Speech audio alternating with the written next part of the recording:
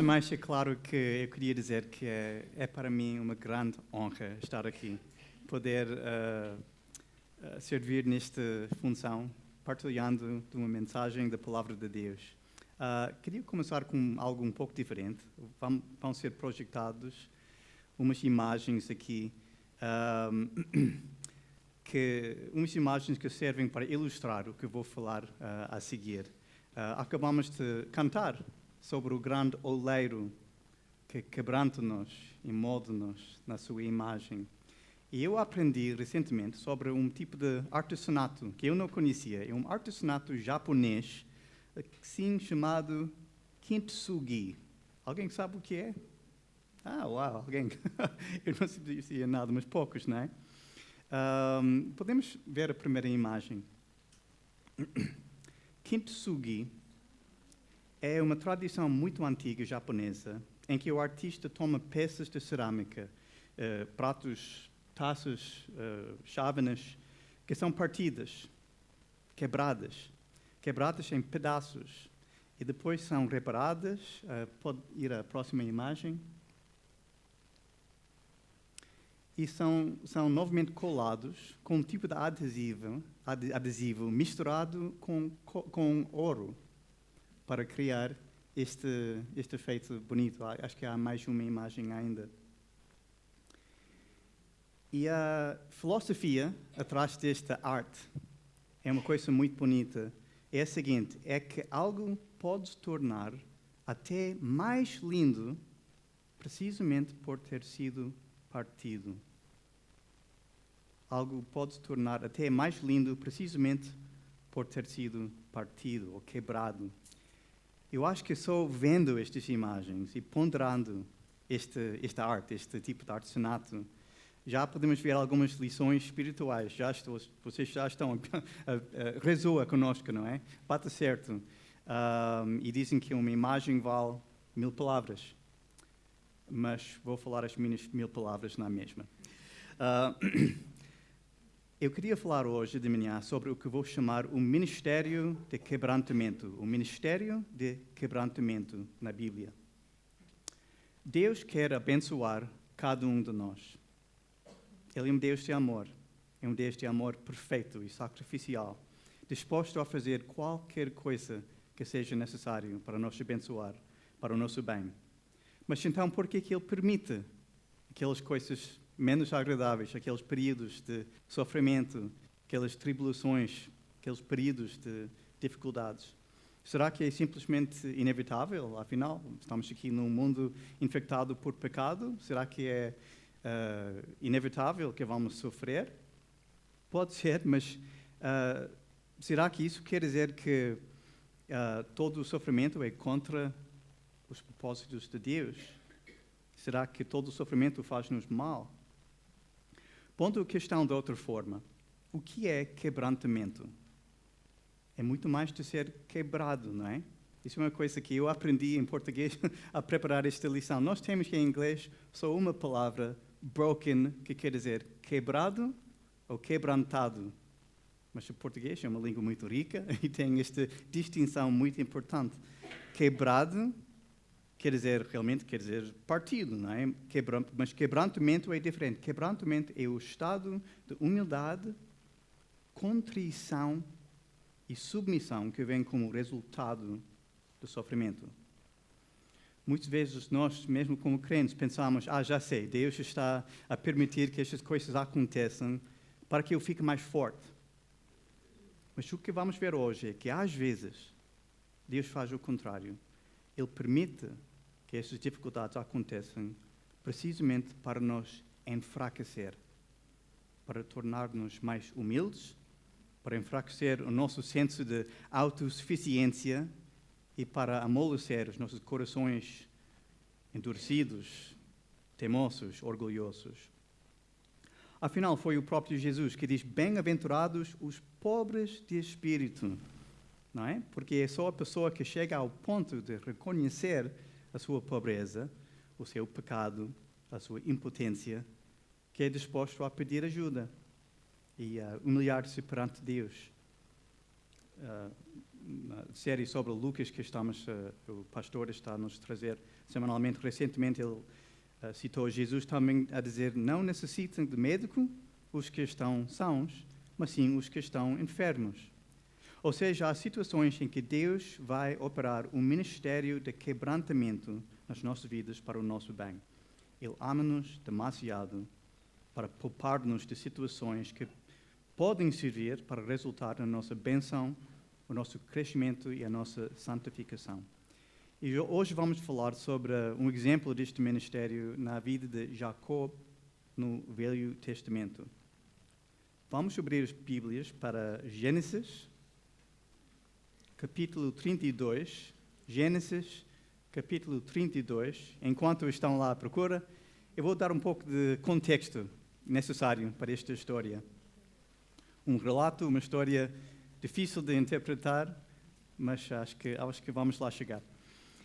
Quem era Jacó? Jacó era o filho de Isaac e o neto de Abraão. Assim, era o terceiro dos 3 grandes patriarcas de Israel. Ele era o irmão mais novo do seu gêmeo, Esaú. E em todos os relatos na Bíblia, nas histórias em Gênesis, podemos ver que ele era, por natureza, uma pessoa enganadora, um manipulador, uma pessoa conivente, planeando aquelas maquinações para ganhar vantagem. Era a natureza dele. Mesmo no ventre da mãe, famosamente aquela história engraçada em que ele sai do ventre da mãe agarrando no calcanhar do irmão, tentando chegar primeiro. Não conseguiu, mas a tentar ganhar a vantagem, não é? Era a natureza dele desde o nascimento. E é por isso o nome dele, Jacob, quer dizer aquele que suplanta, aquele que agarra o calcanhar, aquele que manipula. E em toda a sua vida ele exibiu sempre essas tendências. Quando Jacó era adolescente, ele até enganou o irmão, Esaú, para roubar o direito da primogenitura. E anos depois, mais uma vez, também roubou a bênção parental, enganando o pai. E quando Esaú, furioso com o irmão, ameaçou a matá-lo, Jacó teve que fugir. E foi viver em Mesopotâmia com o seu tio Labão durante 20 anos, sempre com medo da vingança do irmão. Ele casou, teve filhos, mas após 20 anos de fuga, finalmente ele recebe uma chamada de Deus para voltar a Canaã. Na viagem de regresso, ele continua a temer a ira do seu irmão, claro, especialmente quando ele sabe que Esaú vem no caminho para encontrá-lo junto com 400 homens. Não é bom sinal. Como é que ele vai sair desta? O costume, com esperteza, Jacob planeia em usar todos os talentos da manipulação. Ele envia prendas e riquezas para apaziguá-lo. Envia mensagens de elogios para lisonjeá-lo. E até faz estratégias espertas, dividindo o seu povo em 2 grupos, enviando metade do grupo da família em frente, enquanto a segunda metade fica atrás para ver o que irá acontecer. E é a este ponto que começa a nossa leitura. Eu vou ler em Gênesis 32, a partir do versículo 22 até o fim do capítulo. Gênesis 32, a partir do versículo 22. E levantou-se aquela mesma noite e tomou as suas 2 mulheres, uma longa história, e as suas 2 servas, mais uma longa história, e os seus 11 filhos, e passou o val de Jaboque, e tomou-os e fê-los passar o ribeiro, e fez passar tudo o que tinha. Jacó, porém, ficou só, e lutou com ele um varão até que a alva subia. E vendo que não prevalecia contra ele, tocou a juntura da sua coxa e se deslocou a juntura da coxa de Jacó, lutando com ele. E disse: deixe-me ir, porque já a alva subiu. Porém ele disse: não te deixarei ir, se não me abençoares. E disse-lhe: qual é o teu nome? Ele disse: Jacó. Então disse: Não se chamará mais o teu nome Jacob, mas Israel. Pois como príncipe lutaste com Deus e com os homens e prevaleceste. E Jacob lhe perguntou e disse: Dá-me, peço-te, a saber o teu nome. E disse: Por que perguntas pelo meu nome? E abençoou-o ali. E chamou Jacob o nome daquele lugar Peniel, porque dizia: Tenho visto a Deus face a face e a minha alma foi salva.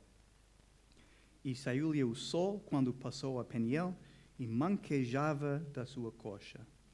Por isso os filhos de Israel não comem o nervo encolhido que está sobre a juntura da coxa até o dia de hoje, porquanto ele tocara a juntura da coxa de Jacob no nervo encolhido.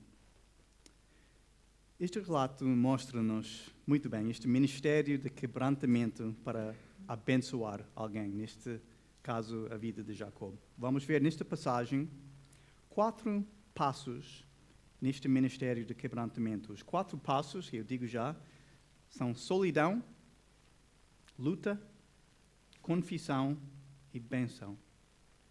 E depois de ver aqueles 4 passos deste ministério de quebrantamento, vamos considerar umas lições ou aplicações em que, como podemos aplicar este texto à nossa vida. Primeiro, solidão. Logo em versículo 22.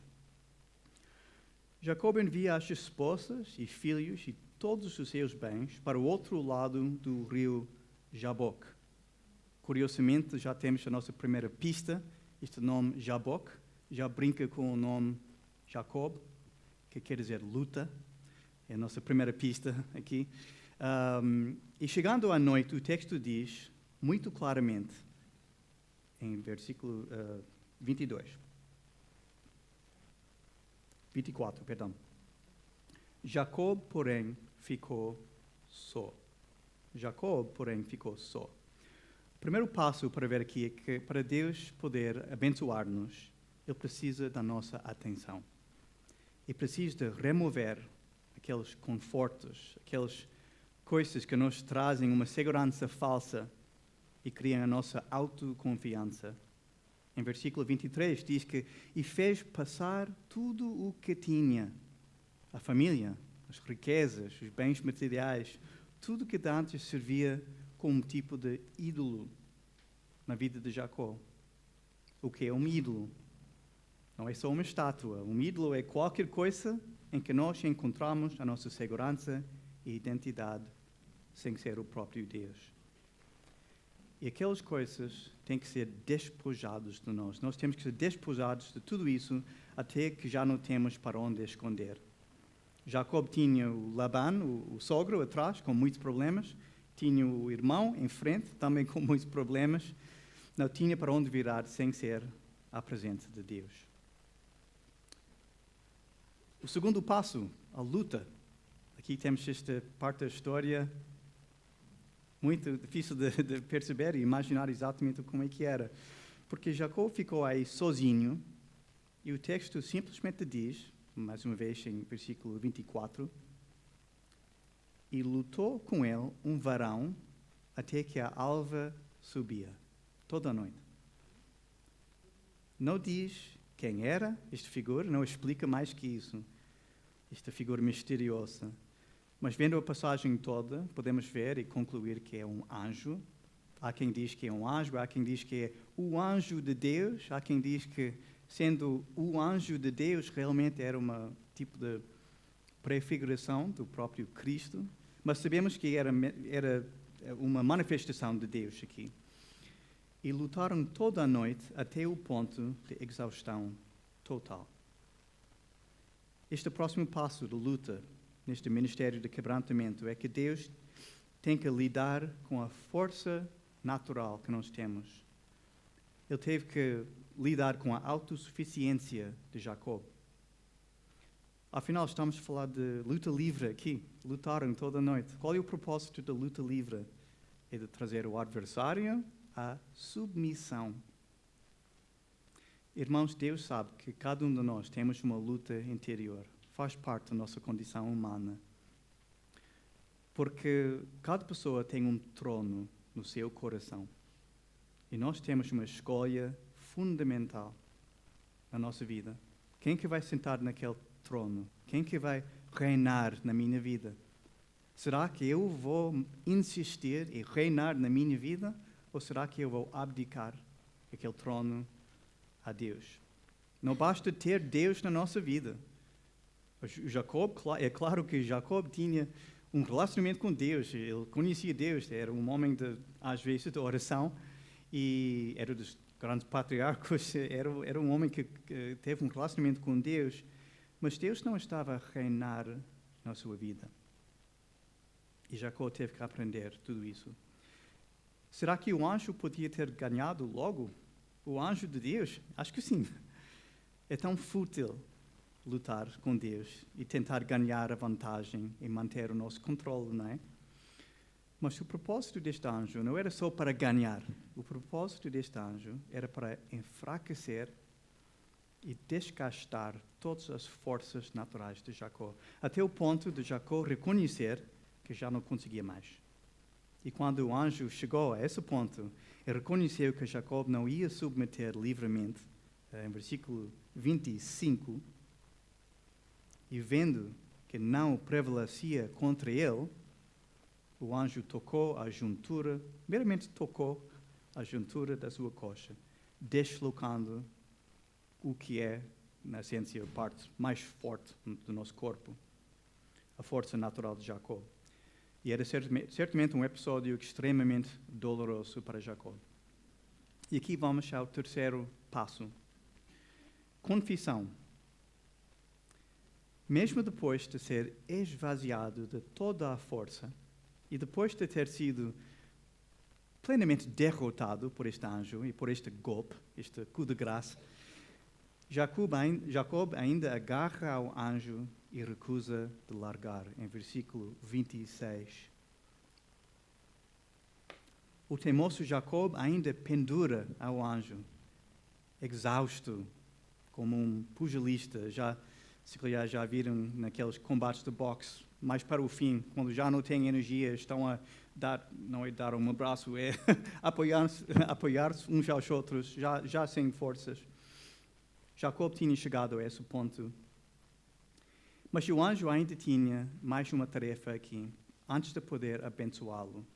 Ele pergunta em versículo 27 do nosso texto, ele diz-lhe: qual é o teu nome? Ele disse: Jacó.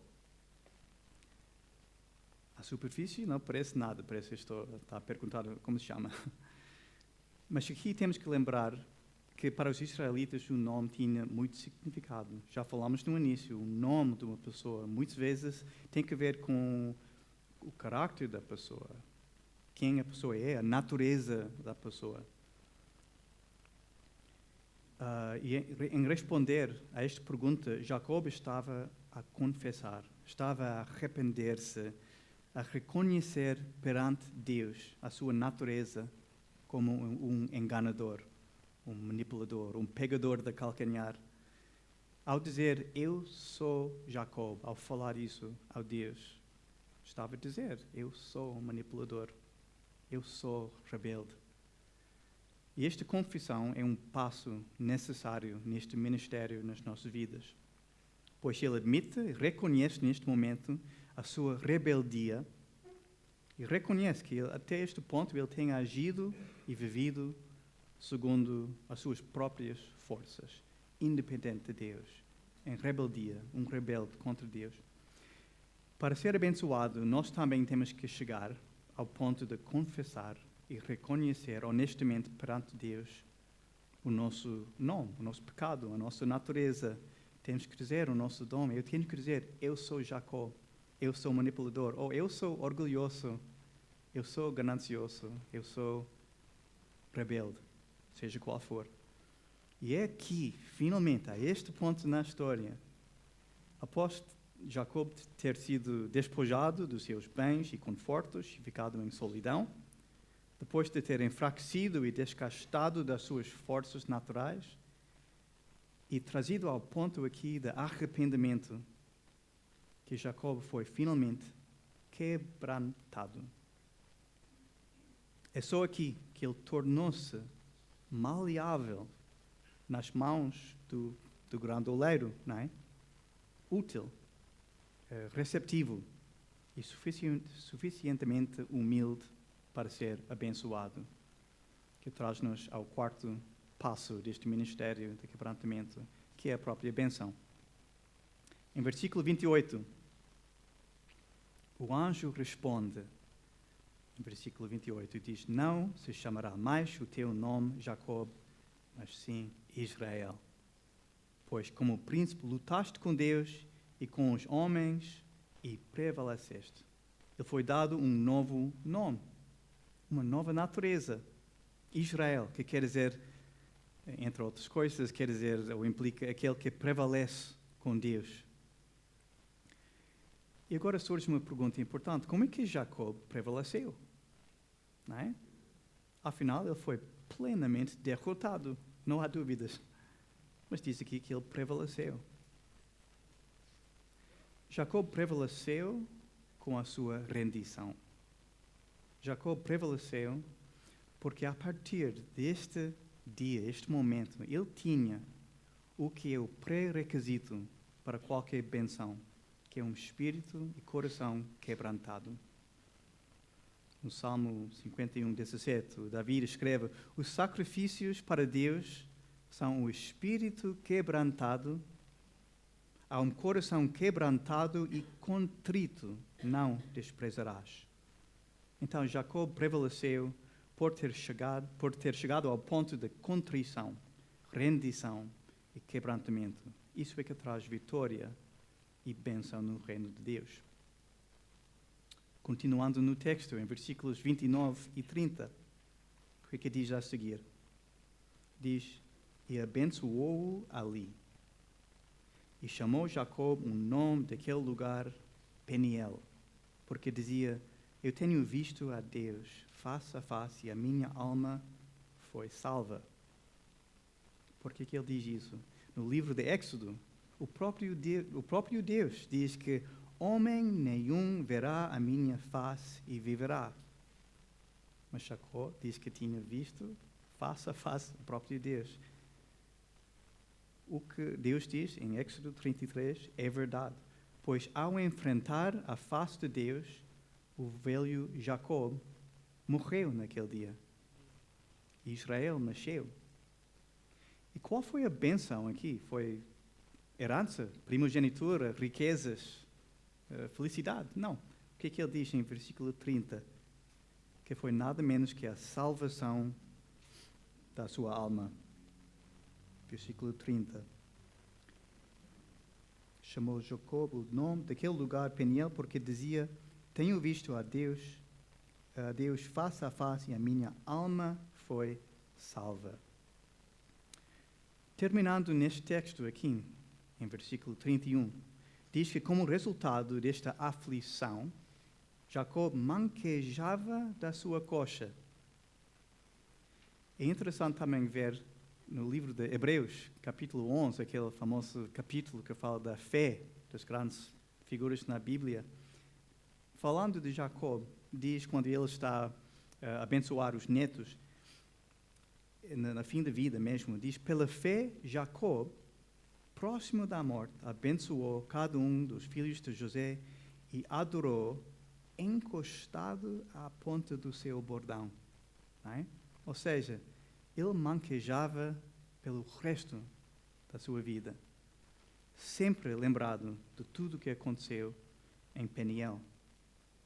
Tal como no arte de Kintsugi, Jacob era mais abençoado, mais lindo, precisamente por ter sido partido.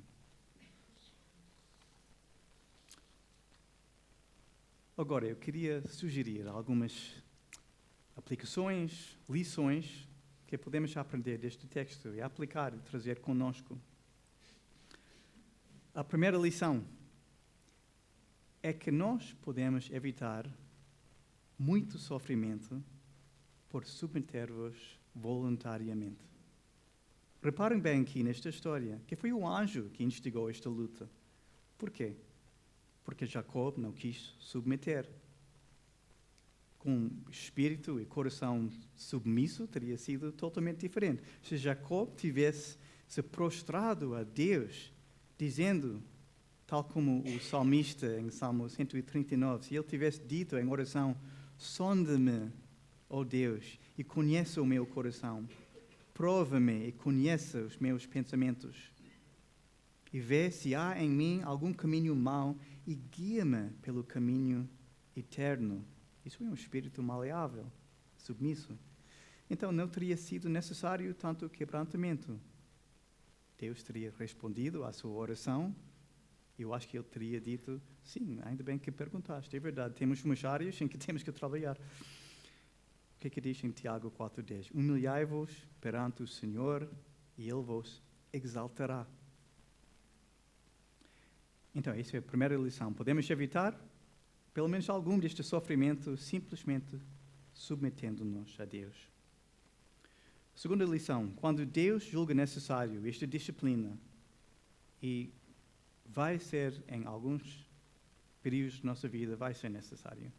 E quando Ele julga necessário, Ele não nos deixa sozinho. Ele vai estar conosco durante aquelas alturas. Ele está presente a operar para o nosso bem.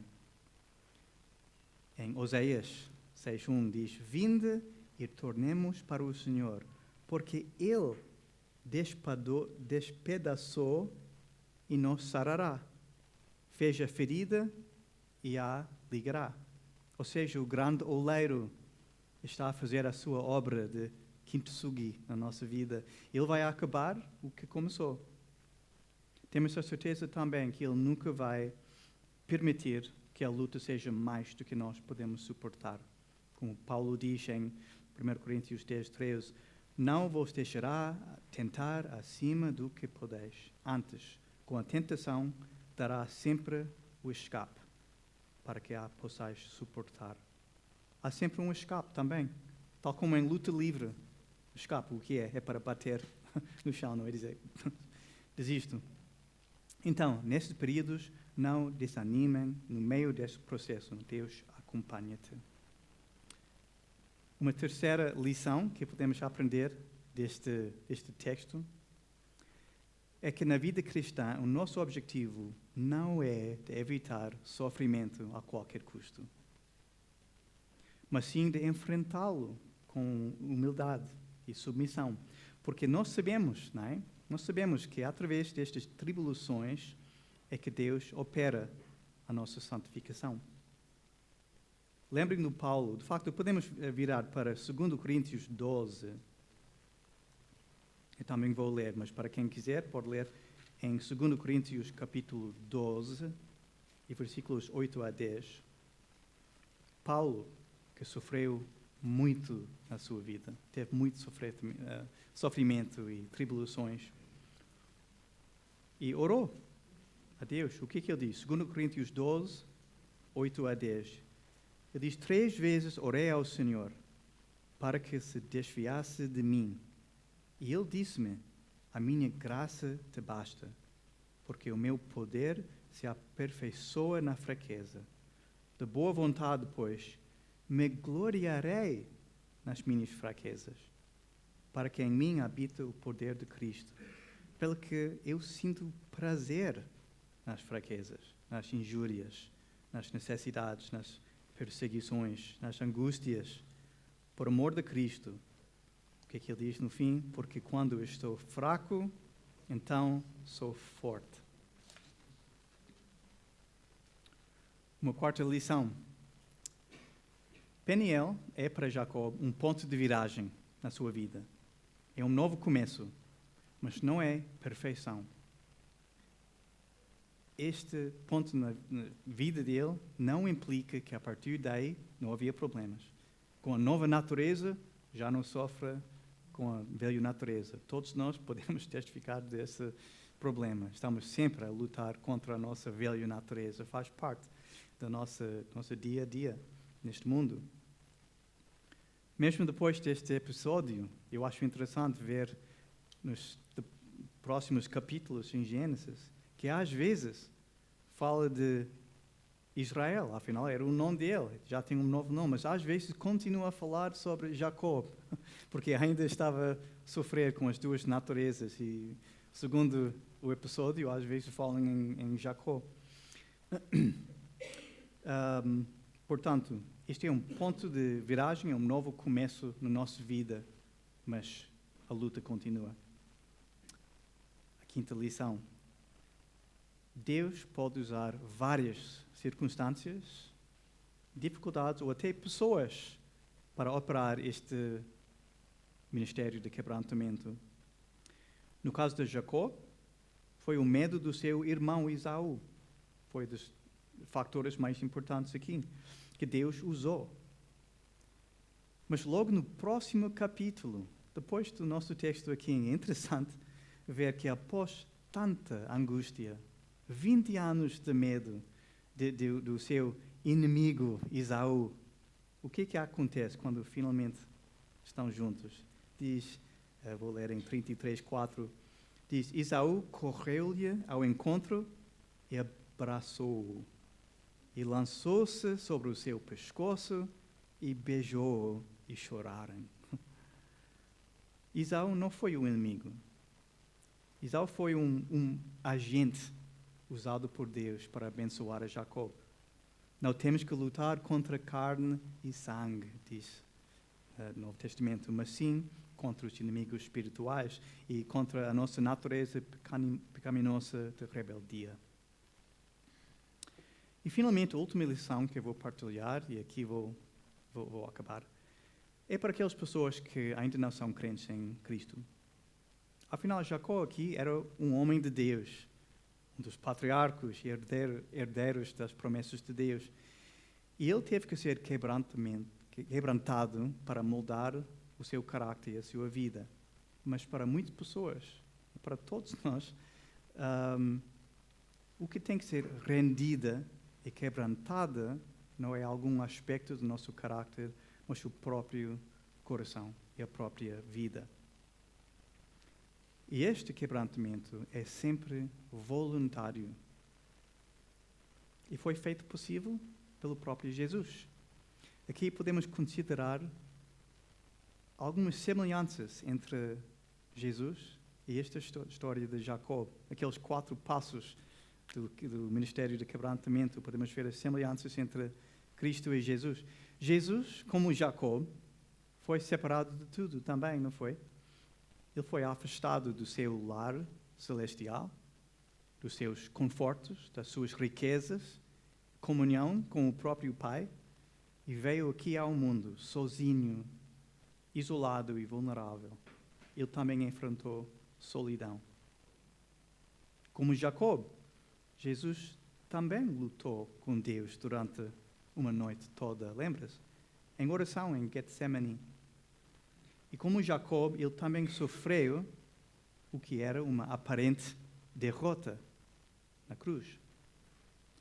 Ele foi quebrantado, o seu corpo partido por nós, para que nós possamos ter vitória, a vitória que nasce de rendição, submissão e morte. E tal como Jacó manquejava de coxa toda a vida a partir daí, Jesus também manteve aquelas marcas nas mãos e os pés, eternamente testificando do seu quebrantamento e vitória, um tipo de kintsugi divino. Tal como Jacó, Jesus também saiu da sua luta vitoriosa quando a alva subia. Mas neste caso, no caso de Jesus, foi no dia da Páscoa, domingo de manhã. E o seu nome, Jesus, um nome curiosamente também dado por um anjo, reflete a vitória sobre aquela luta e sobre a própria morte, pois o nome Jesus quer dizer Jeová salva. E tal como José foi abençoado no 4º passo, como resultado da sua luta, as nossas almas também podem ser salvas.